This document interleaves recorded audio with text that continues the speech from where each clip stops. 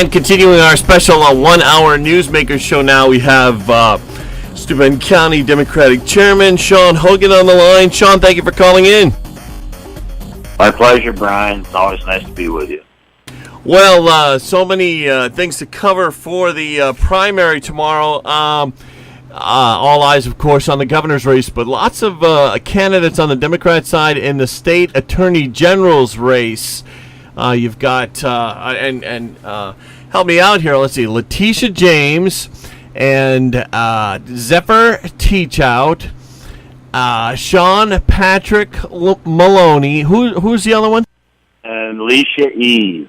Okay, and your thoughts on the latest development that Zephyr Teachout said that she would go after, and her words, not mine, she would go after Governor Andrew Cuomo if she's elected state attorney general. Well, I think if there was perceived that the governor had violated laws at any time, I'm sure that any of the candidates would go after the governor or any corruption in the state. In fact, that's their job. Let's put history in perspective here. Zephyr Teachout ran against the governor 4 years ago in a primary. She's part of a group, the Zephyr Teachout, Cynthia Nixon, and others that want to take the Democratic Party to the extreme left. And there's no question. How can the people who espouse the extreme left go against the governor that promoted the $15 an hour minimum wage, same-sex marriage, the nation's toughest gun regulations, among other things, family leave, which is law in New York State, one of the only states in the nation where there is law and is funded. So I just question the motives of people like Zephyr Teachout and Cynthia Nixon and others from the extreme left that, want to, how can you spend more on education when we lead the nation as a state in education spending? It's not a question that we don't spend enough. It's how it's distributed. And that is all controlled by the Republicans in the state Senate. They want to protect their turf in Long Island, so these wealthy school districts continue to get an inordinate amount of the state education funding. And it's how it's distributed. It's not that we don't spend enough. We spend probably twice as much as the closest state per student in the nation. And I think a lot of these attacks from the extreme left on the governor are unwarranted. And his record shows that he is a progressive leader, but he's pragmatic. He knows that New York State doesn't have the resources to do everything that they want done. The 2% tax cap, which is they want to attack that, but that's really helped New York State become more competitive. As a local government leader, I had to live with a 2% cap, and we did. So I think that the extreme left. I think I gave a little talk the other night at an event I was at, saying we have to be careful as Democrats, because the Republican Party went through this.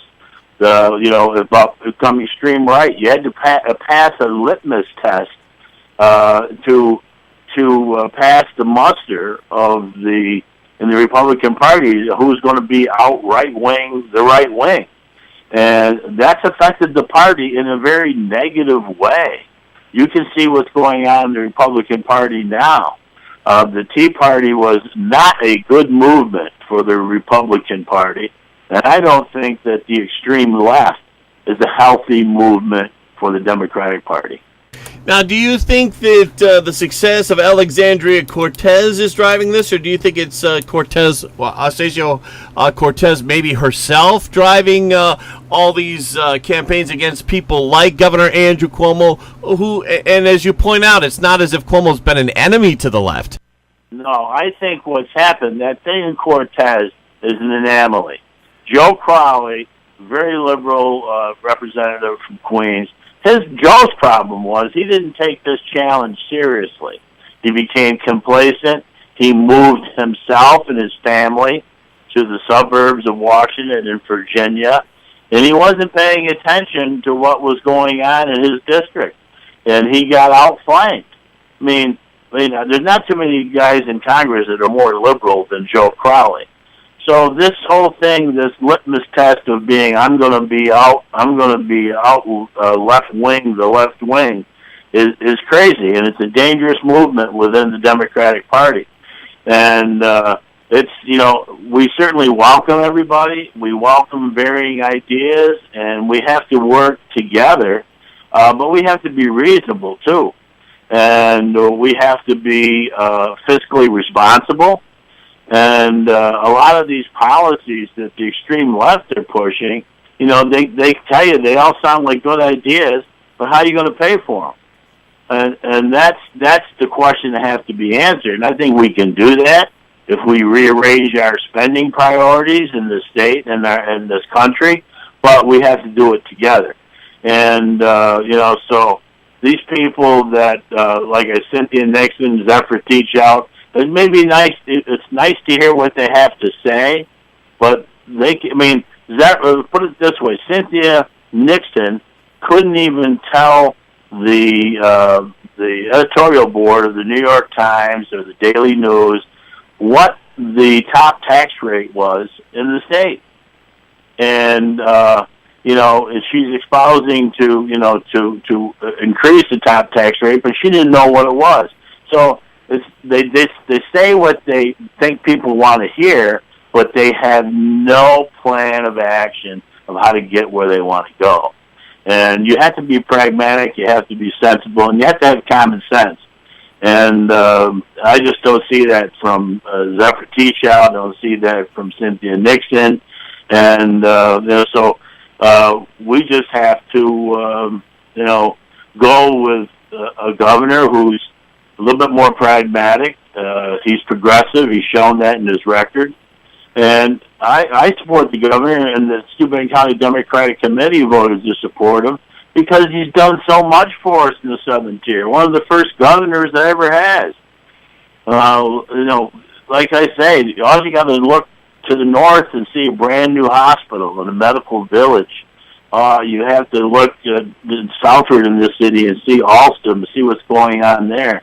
And the governor was very supportive of Alston. He came here in December of 2016 with a $30 million check. The state has supported the hospital to the tune of $62 million to build a new hospital. His policies have certainly helped us, and they'll continue to help us. So I'm not going to bite the hand that feeds me. But I think the governor has been very, very good for New York State. Obviously, they're going to attack him because there's been instances where there's people that were close to him that have gone astray and done some bad things, and that happens at the national level. Look at Trump. He's had 5 people around him that worked in his administration campaign have been indicted and or pled guilty. So that happens. It's unfortunate it happens, and I'm all for campaign reform and governmental reform and ethics reform. But there's a number of branches in government: the administrative, the legislative, and the judicial. And the legislative branch in New York State has been the ones that have been dragging their feet on ethics reform. Everyone's got to get real to understand that it's not one person. And that in this instance, in New York State, it takes the legislation and the governor to tango to challenge ethics reform. And I believe that that won't happen until more people step up and vote and put pressure on their legislators to make it happen.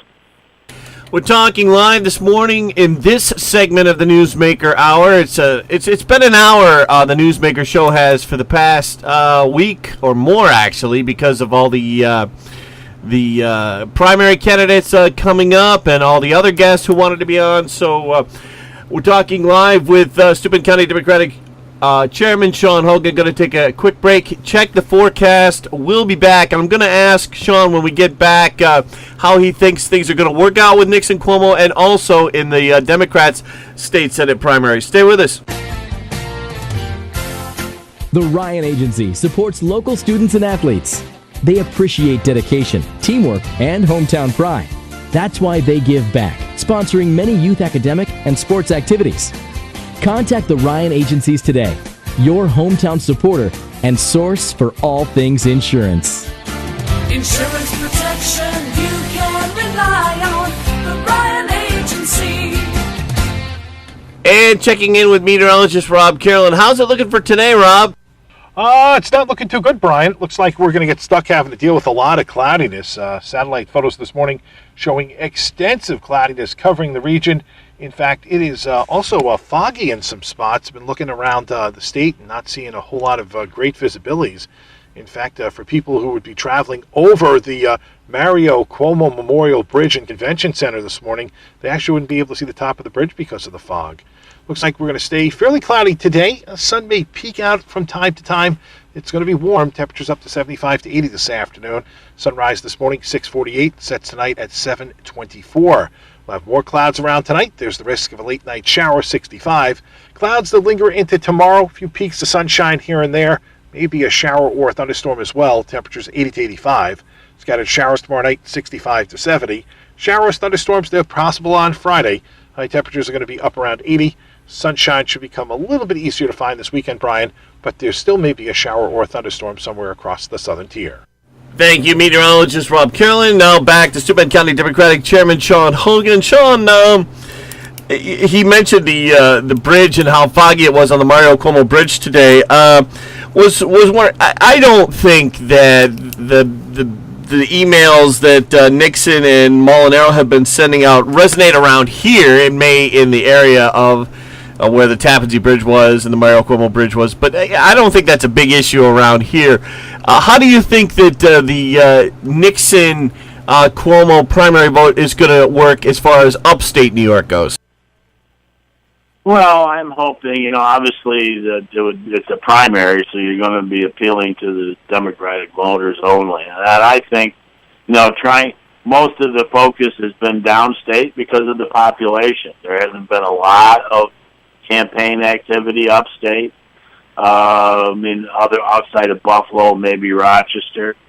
You're beginning to see some TV ads, in this market of the last week. Because the majority of the vote, Democratic vote, is downstate, and so that's where the focus is. But I think the governor, according to polling, if you can believe polling, has actually risen in the polls, where they predict he's going to get 61% of the vote to Nixon's 29% of the vote. And that really kind of breaks the way it did the last primary election the governor had, where Zephyr Teachkow actually got in the high 30s, got about 35, 36% of the vote. But, that's the extreme left of the Democratic Party. Most Democrats are, centrist or middle left. There's it's like anything else. There's different factions in different parties. We and in the, like I say, in the Republican Party, they've wiped out the centrists in the Republican Party. There are no moderate Republicans left anymore, other than maybe Susan Collins in the Northeast and the Murkowski in Alaska. Other than that, they've wiped out the center.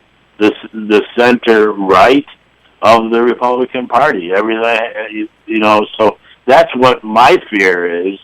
Well, like I said before, in the Democratic Party, that these activists that have soon just recently become active in Democratic politics want to take the party so far to the left to wipe out any Democratic centrist. And I, for one, will fight that, and will continue to fight that. I think the Democratic Party has always been the party of the people, and has listened to people, and any of the progressive legislation that has helped people in this country, whether it be Social Security, Medicare, all came in Democratic administrations with little or no Republican support. Shawn, on the Democrat state Senate primary tomorrow, you've got Tompkins County Democrat Amanda Kirskisner and Schuyler County Democrat Michael LaSalle. I hear that the Ithaca mayor and former congressional candidate Martha Robertson, she's not the former mayor, but the mayor and Martha Robertson both came out in favor of Michael LaSalle from Schuyler County over Amanda Kirskisner in Tompkins County. Do you think that will affect the Tompkins County vote, Shawn? I don't know. Mike LaSalle is a seasoned legislator from Schuyler County.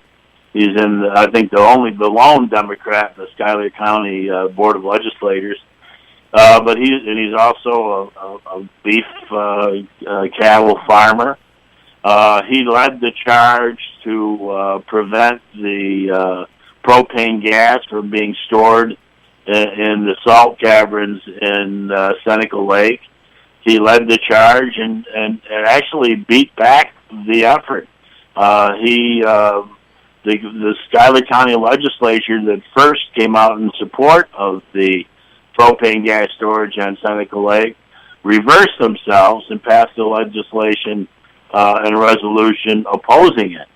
So the lone Democrat, he really made a great inroads in beating back a dangerous, potentially economic, environmental disaster by storing propane gas on or under Seneca Lake, one of our great natural, beautiful resources in our state.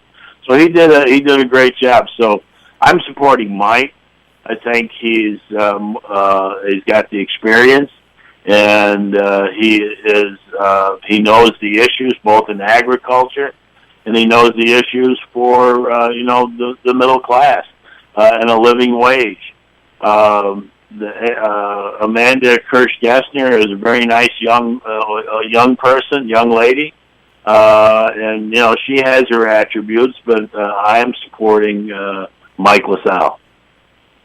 Talking with Steuben County Democratic Chairman Shawn Hogan on the county website now for the Democrat primary vote, and I see the one race that I haven't talked about enough at all today, but enough is the Lieutenant Governor Kathy Hochul primary with New York City City Councilman Jermaine Williams. Now, some are speculating that Jermaine Williams could do well there. What do you think of that race, Shawn?